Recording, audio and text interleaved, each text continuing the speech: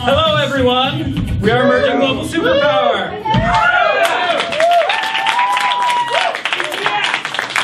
Yes, thank you. Zach, David, Ramsey, and Natalie. I'm Jed, and we're going to be improving a little form called the Herald tonight. So what we're going to need from you in just a moment is a suggestion.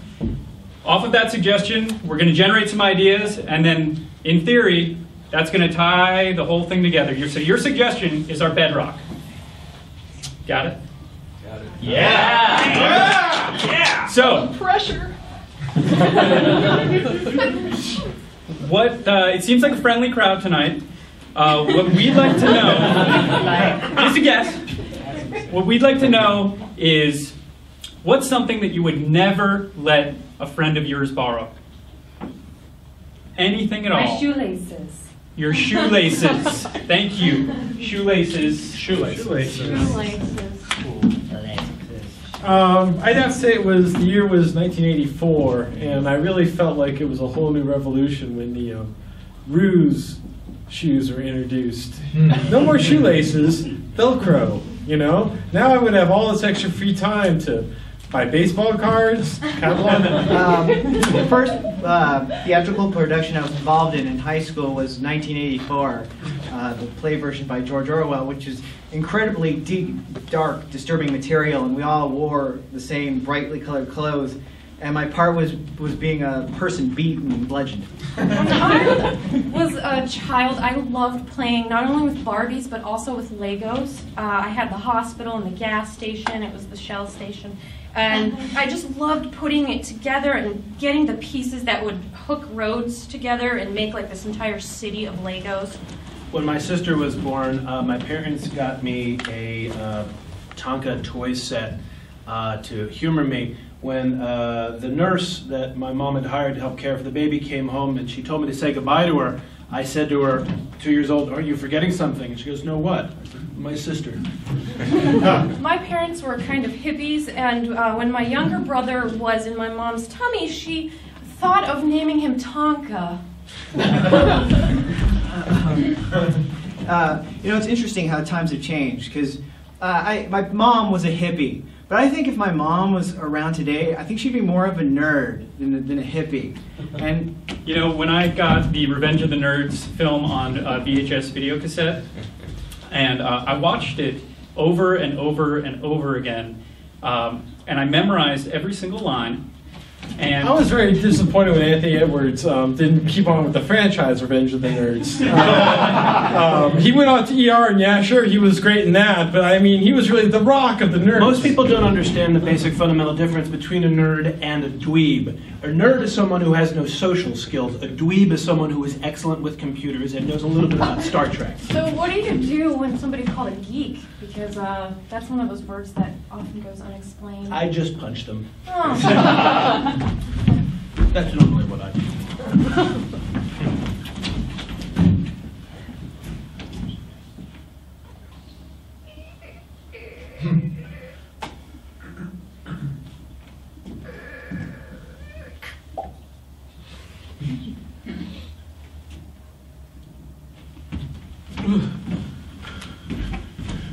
Hey, Johnny.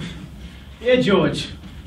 Do you have my peanut butter jelly sandwich ready? Yeah, George. Right here. Like a champ you are. You didn't have trouble opening up that container, did you? I had a little bit of trouble. It gave me a little bit of lip when I was opening it. Was it mocking you? I detensed a slight note of sarcasm in the jar of peanut butter. You have to calm down. If there had to be such a nerd around the gym, it's just an inanimate object. It's not judging you. Dad, you told me that Uncle Frank was going to be out of the house in a week. I'm never going to get my science project finished if he's here, bothering me. Maribel, your uncle is a very, very important man in this town. and he needs to be indulged with various snacks and conversations that are slightly inappropriate. I was going through your phone book, and now the numbers work.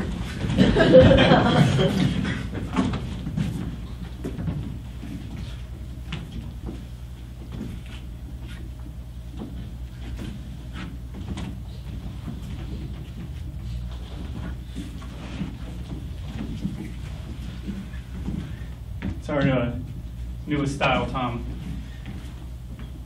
Spring '96, retro. It is not bad, William. It is not bad at all. Well, it's not every day you're going to be given the keys to the city. This is true. But then again, it's not every day you do something to deserve the key from the city. I know. I got to tell you, I personally have to thank you. You know, the school. Ha! You are welcome. No,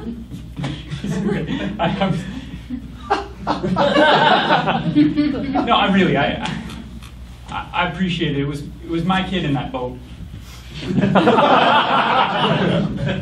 I've done what any other citizen would have done if they'd seen a 4-year-old boy in a boat in the middle of a lake.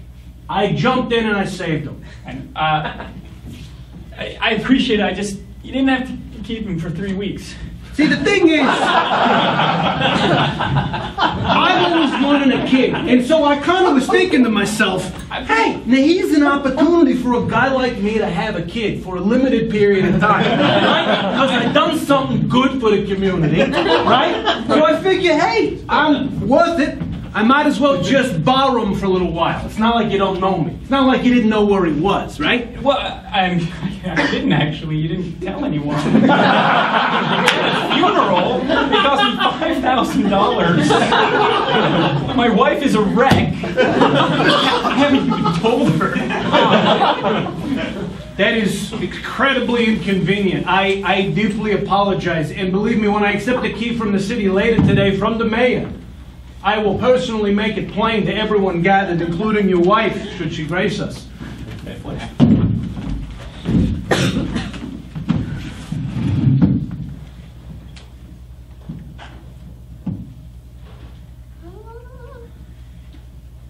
Ain't no sunshine when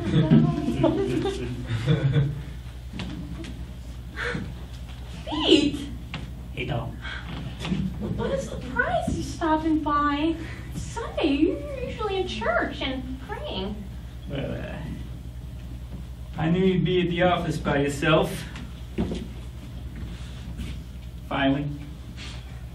Yes. So well.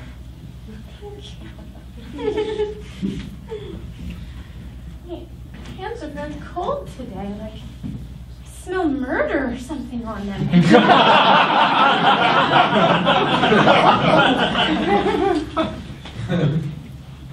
I do